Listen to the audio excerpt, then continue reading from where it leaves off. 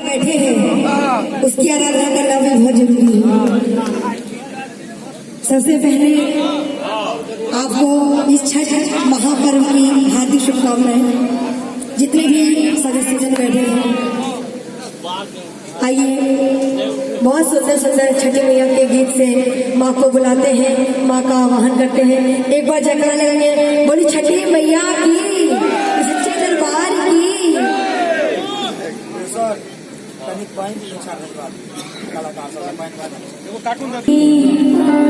छठी मैया बरत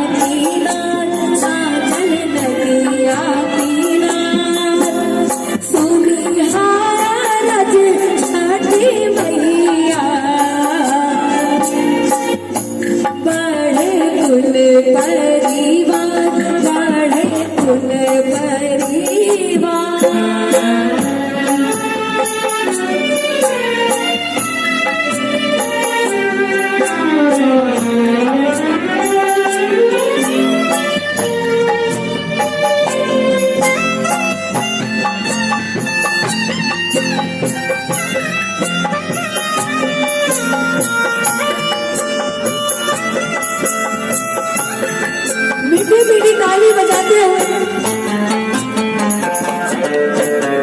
छठ माँ को मनाते हुए तालियों से।